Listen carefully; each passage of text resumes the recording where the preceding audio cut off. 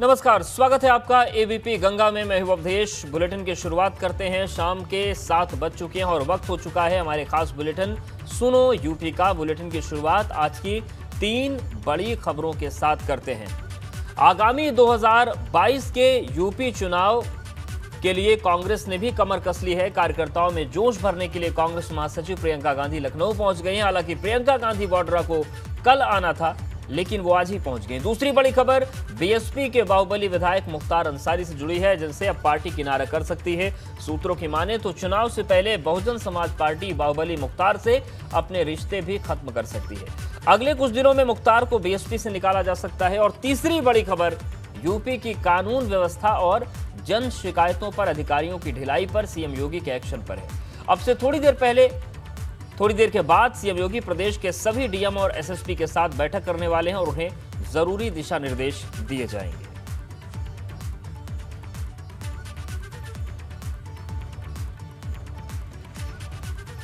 तो ये 3 बड़ी खबरें हैं। इसके अलावा भी कुछ और अहम खबरें जिस पर आपको विस्तार से अपडेट्स देंगे।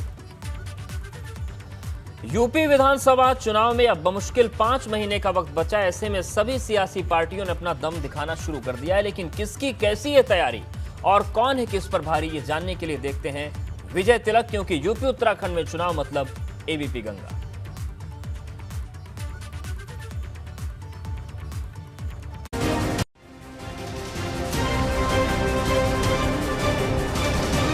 विजय तिलक।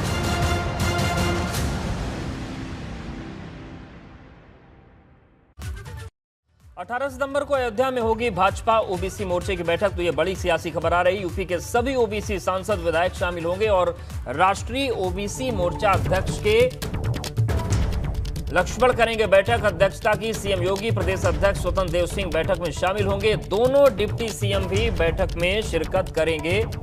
तो ये इस वक्त की बड़ी खबर। सियासी तौर से सभी दल सक्रिय हो गए हैं और इसी क्रम में महत्वपूर्ण बैठक होने जा रही है। और यह बैठक होगी 18 सितंबर को अयोध्या में। भाजपा ओबीसी मोर्चे की बैठक है। यूपी के सभी ओबीसी सांसद विधायक शामिल होंगे। राष्ट्रीय ओबीसी मोर्चा अध्यक्ष के लक्ष्मण करेंगे बैठक की अध्यक्षता और सीएम योगी, प्रदेश अध्यक्ष स्वतंत्र देव सिंह बैठक में शामिल होंगे। बीजेपी ओबीसी मोर्चा की प्रदेश कार्य समिति अयोध्या में होनी है। खुद मुख्यमंत्री उसमें शामिल होंगे। हमारे साथ ओबीसी मोर्चा के प्रदेश अध्यक्ष नरेंद्र कश्यप जी हैं, पूर्व सांसद हैं। नरेंद्र जी, क्या कार्यक्रम है? कार्य समिति कब होगी? ओबीसी मोर्चा उत्तर प्रदेश 18 और 19 सितंबर को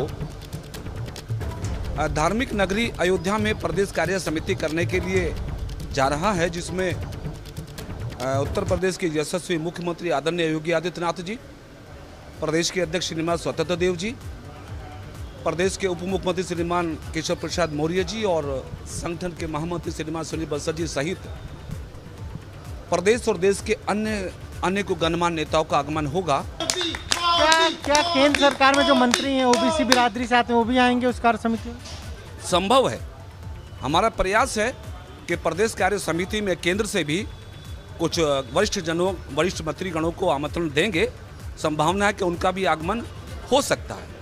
ये आपने सुना, क्या कहना है नरेंद्र कश्यप का, ओबीसी मोर्चा के प्रदेश अध्यक्ष? साफ तौर पर कह रहे हैं कि 18 तारीख को अयोध्या में ओबीसी मोर्चा जो है वो अपनी प्रदेश कार्य समिति कर रहा है। बीजेपी ने अब 22 के लिए हर तरह से अपनी जो रणनीति है वो तैयार कर ली है।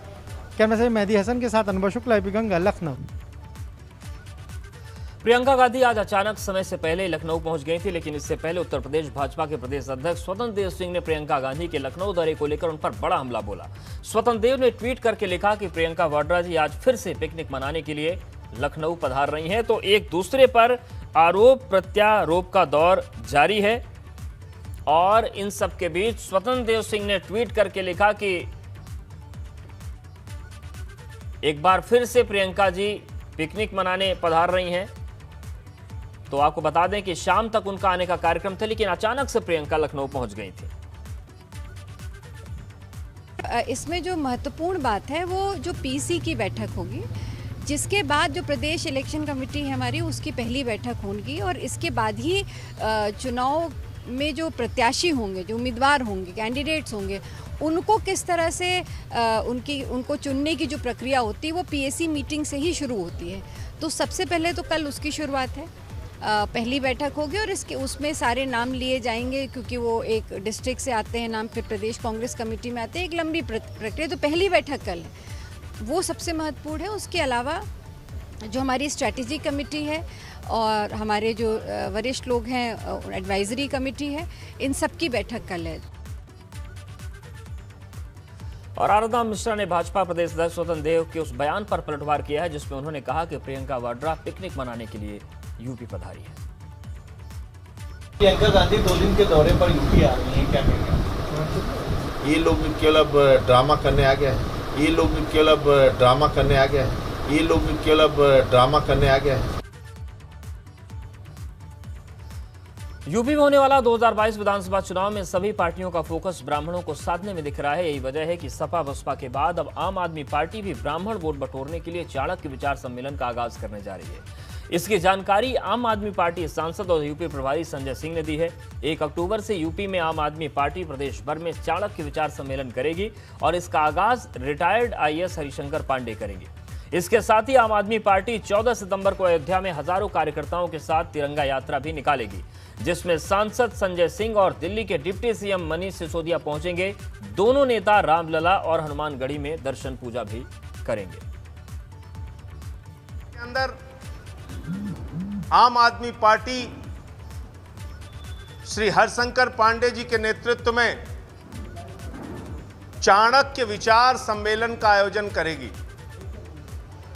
3 अक्टूबर से लखनऊ में इसकी शुरुआत होगी, उसके बाद वाराणसी, प्रयागराज, मेरठ, गाजियाबाद, कानपुर, गोरखपुर, उत्तर प्रदेश के तमाम बड़े शहरों में आगरा चाणक्य विचार सम्मेलन का आयोजन किया जाएगा। भारतीय जनता पार्टी उत्तर प्रदेश में ब्राह्मणों को एकत्रित करने के लिए प्रबुद्ध सम्मेलन आयोजित करने की बात कर रही है। जो पार्टी सत्ता में रह के ब्राह्मण समाज का उत्पीड़न करती है, फर्जी इनकाउंटर कराती है, खुशी दुबे को जेल में रखकर सड़ाने का काम करती है, वो पार्टी आज ब्राह्मणों की हित की बात कर रही है। यूपी विधानसभा चुनाव के पहले स्थानीय राजनीतिक पार्टियों के साथ ही प्रवासी पार्टियां भी सियासी जमीन तलाश रही हैं। एआईएमआईएम अध्यक्ष असदुद्दीन ओवैसी पिछले 3 दिनों से अलग अलग जिलों का दौरा कर वंचित और शोषित समाज के सम्मेलनों में हिस्सा लेते नजर आए। आज ओवैसी बाराबंकी में थे, जहां उन्होंने सम्मेलन के मंच से एक बार फिर मुसलमानों की वकालत की और कहा कि आज तक मुसलमान केवल राजनीतिक पार्टियों के हाथों की कठपुतली बना रहा। इसमें उन्होंने भाजपा को मुसलमानों का सबसे बड़ा दुश्मन बताया और देश और प्रदेश में हुए सांप्रदायिक दंगों की याद दिलाई।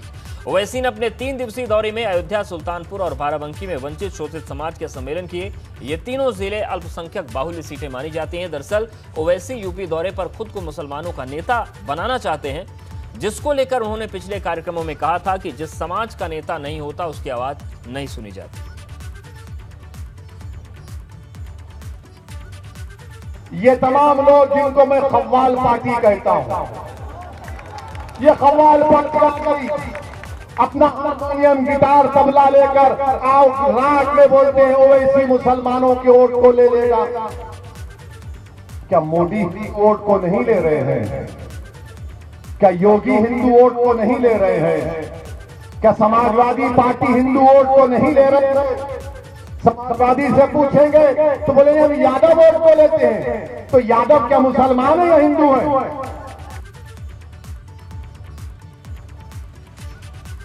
और फतेहपुर में करोड़ों की परियोजना का शिलान्यास और लोकार्पण करने पहुंचे डिप्टी सीएम केशव प्रसाद मौर्य ने ओवैसी के यूपी दौरे को लेकर निशाना साधा। उन्होंने ओवैसी के बयानों पर कटाक्ष किया और कहा कि तालिबान का समर्थन करने वाले लोगों के खिलाफ मुकदमा दर्ज कर कार्रवाई हो। कि जो अपराधी होता है उसका इनकाउंटर होता है, वो कोई अगर ये कोई प्रमाण पत्र दे कोई निरपराध है तब जरूर वो अपनी बात कहें। लेकिन उत्तर प्रदेश में चुनाव है, मैंने अभी मंच से बोला भी है, इस तरह के बहुत सारे नेता आएंगे, इस प्रकार की बहुत सारी बातें करेंगे, उत्तर प्रदेश की जनता को गुमराह करने का प्रयास करेंगे, लेकिन उन्हें हासिल कुछ नहीं होगा। ज्वाइन करने के लिए थोड़ा ना छूट दी उनको, कोई पार्टी झक ज्वाइन कर लें।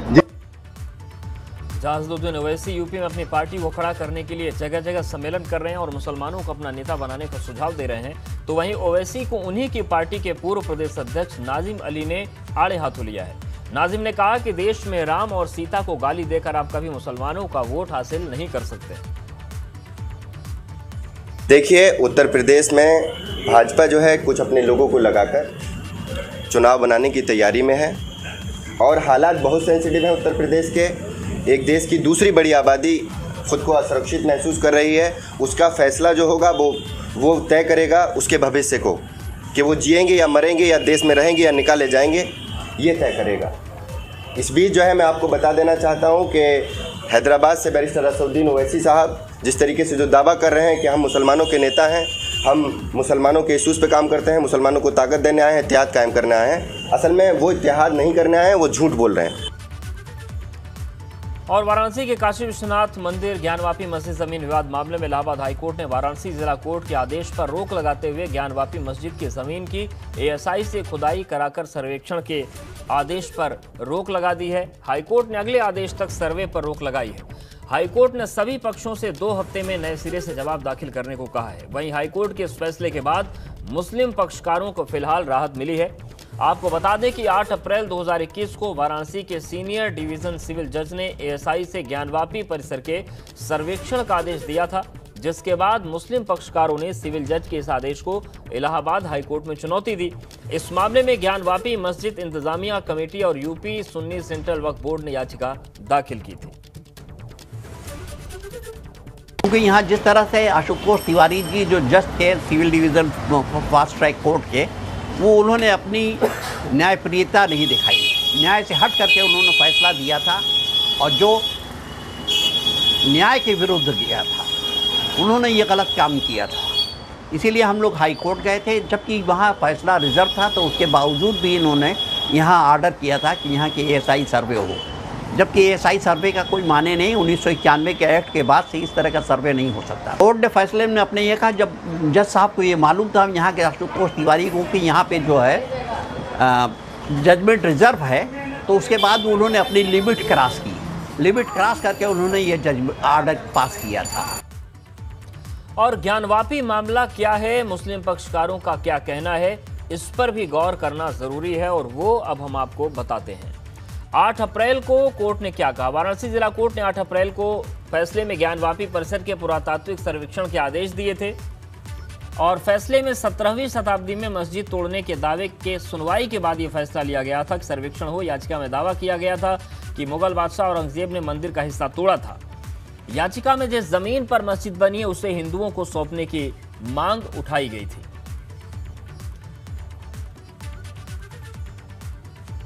वही ज्ञानवापी जमीन विवाद मामले में इलाहाबाद हाईकोर्ट के फैसले पर मंदिर पक्ष के वकील विजय शंकर रस्तोगी का क्या कहना है, वो भी सुनिए। उच्च न्यायालय इलाहाबाद का आज का निर्णय किया है, यह मात्र अंजुमन इंतजामिया मसाजिद और यूपी सुन्नी सेंट्रल वक्फ बोर्ड लखनऊ के संशोधन प्रार्थना पत्र को स्वीकृत किया गया है। जो वाद संख्या मूल वाद संख्या 610 सन 1991 है, उसकी अग्रिम कार्यवाही को प्रचलन न करने के लिए उस पर पाबंदी लगाई गई है। मऊ से बाहुबली विधायक मुख्तार अंसारी को बड़ा झटका लग सकता है। बताया जा रहा है कि बसपा मुख्तार अंसारी से किनारा करते हुए इस बार विधानसभा टिकट नहीं देगी। सूत्रों की माने तो कुछ दिनों के अंदर बसपा मुख्तार को पार्टी से निकाल सकती है। बसपा छवि सुधारने के लिए ऐसा फैसला ले सकती है। आपको बता दें कि मुख्तार अंसारी के बड़े भाई सिगबतुल्ला अभी हाल ही में सपा में शामिल हो गए हैं, लेकिन बसपा मुख्तार अंसारी को टिकट न देने के साथ ही साथ पार्टी से भी बाहर का रास्ता दिखा सकती है।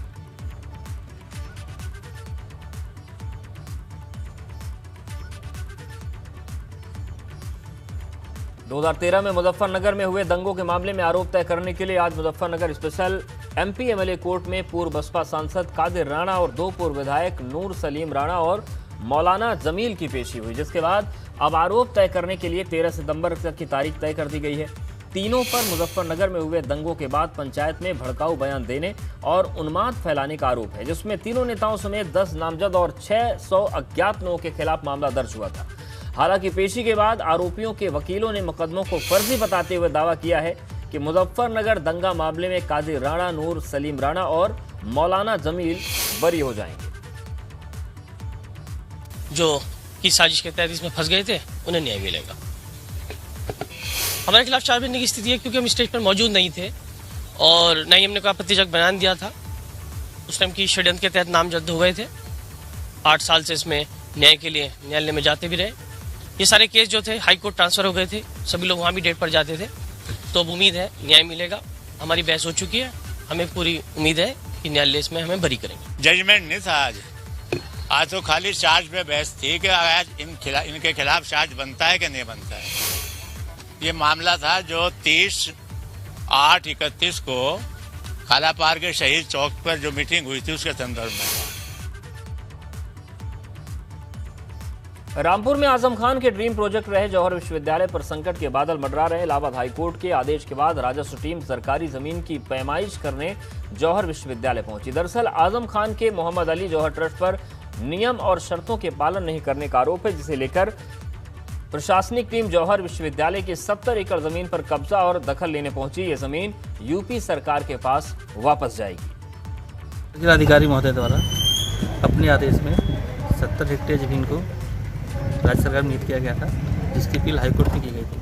हाईकोर्ट ने इस बिल को खारिज कर दिया गया था। इसके बाद एक कब्जा और दखल के लिए आए थे। वीसी साहब ने कहा कि इस साहब ने हस्ताक्षर करने से इनकार कर दिया है, तो अब ब्रेक के बाद आपका स्वागत है और अब बात करते हैं कोरोना संक्रमण की। कोरोना संक्रमण के बाद अब डेंगू का कहर चल रहा है। वहीं यूपी के कानपुर नगर बिजनू थाने में 5 पुलिसकर्मियों को डेंगू होने से हड़कंप मच गया। अब यहां पर जांच में 61 लोगों में डेंगू की पुष्टि हो चुकी है, लेकिन डेंगू का डंक कानपुर वासियों को घेरता ही जा रहा है। तो वहीं गोंडा में भी डेंगू का डंक जारी है। गोंडा में डेंगू के 3 केस मिले हैं, जिनका केजीएमयू में इलाज चल रहा है, जिसको लेकर गोंडा का स्वास्थ्य विभाग एक्टिव मोड में है। तीसरी तस्वीर उत्तराखंड में देहरादून की है, जहां पर सचिवालय प्रशासन की बड़ी लापरवाही सामने आई है। यहां पर स्वास्थ्य विभाग की टीम निरीक्षण करने पहुंची तो सचिवालय में लगे कूलर में डेंगू का लार्वा पाया गया। वहीं जिला नोडल अधिकारी ने सचिवालय में लगे कूलर से पानी निकालने के निर्देश दिए।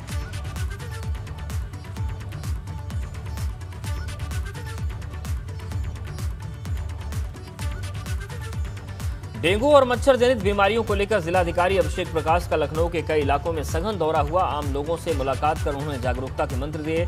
स्वास्थ्य विभाग और नगर निगम की टीम को भी एंटी लार्वा छिड़काव और फॉगिंग के सख्त निर्देश दिए गए।